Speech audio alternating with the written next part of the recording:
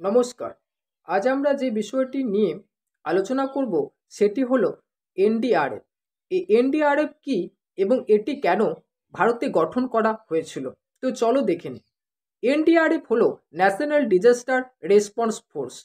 এই national disaster response force হলো এমন একটি ভারতীয় বিশেষ বাহিনী যা কোনো দুর্যোগ পরিস্থিতিতে বা কোনো ভয়ানক দুর্যোগ পরিস্থিতিতে কাজ করে।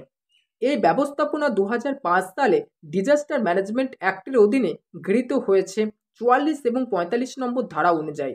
এই বিলটি 2005 সালে সংসদে পাস হয়। তারপর ভারতের রাষ্ট্রপতি 2006 সালে এই বিলটিতে সম্মতি দিয়েছেন। এনডিআরএফ এর প্রধানকে ডিরেক্টর জেনারেল হিসেবে মনোনীত করা হয়েছে। সাধারণত একজন আইপিএস অফিসার এনডিআরএফ এর প্রধান। দুর্যোগ ব্যবস্থাপনা শীর্ষ সংস্থা হল জাতীয় দুর্যোগ ব্যবস্থাপনা কর্তৃপক্ষ। NDRF national disaster management authority অধীনে কাজ করে। এনডিআরএফ এর চেয়ারম্যান হচ্ছেন প্রধানমন্ত্রী। এটি মিনিস্ট্রি অফ হোম অ্যাফেয়ার্সের মধ্যে কার্যাবলী, যা গভর্নমেন্ট অফ ইন্ডিয়া অধীনে। এখন আমরা জানব এনডিআরএফ কিভাবে নিযুক্ত হয়। এনডিআরএফে কোনো সিভিলিয়ানদের নিযুক্ত করা হয় না।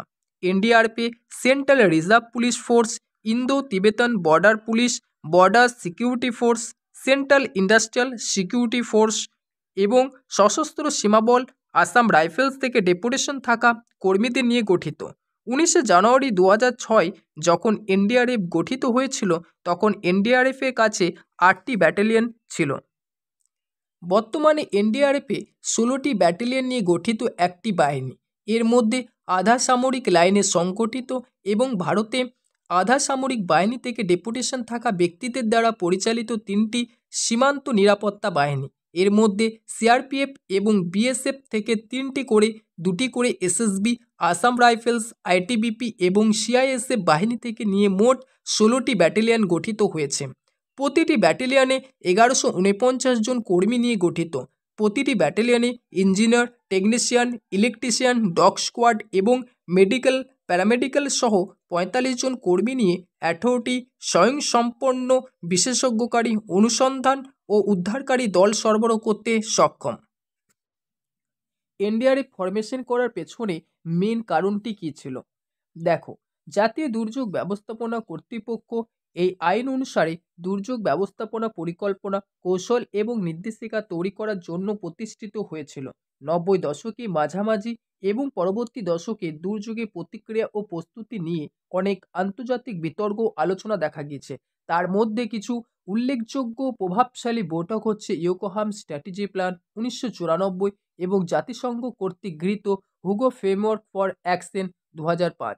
একই সময়কালে ভারতের মধ্যে উড়িষ্যা সুপার সাইক্লোন 1999, গুজরাট ভূমিকম্প 2001 এবং ভারত মহাসাগর সুনামি 2004-এর মতো সবচেয়ে গুরুতর প্রাকৃতিক দুর্যোগে মুখোমুখি হয়েছিল।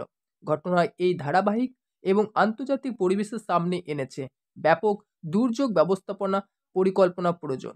তাই 26শে ডিসেম্বর 2005-এ দুর্যোগ ব্যবস্থাপনা আইন প্রণয়নের দিকে পরিচালিত করে। দুর্যোগ ব্যবস্থাপনার জন্য নীতি, পরিকল্পনা এবং নির্দেশিকা নির্ধারণের জন্য জাতীয় দুর্যোগ ব্যবস্থাপনা কর্তৃপক্ষ গঠন করা হয়েছিল।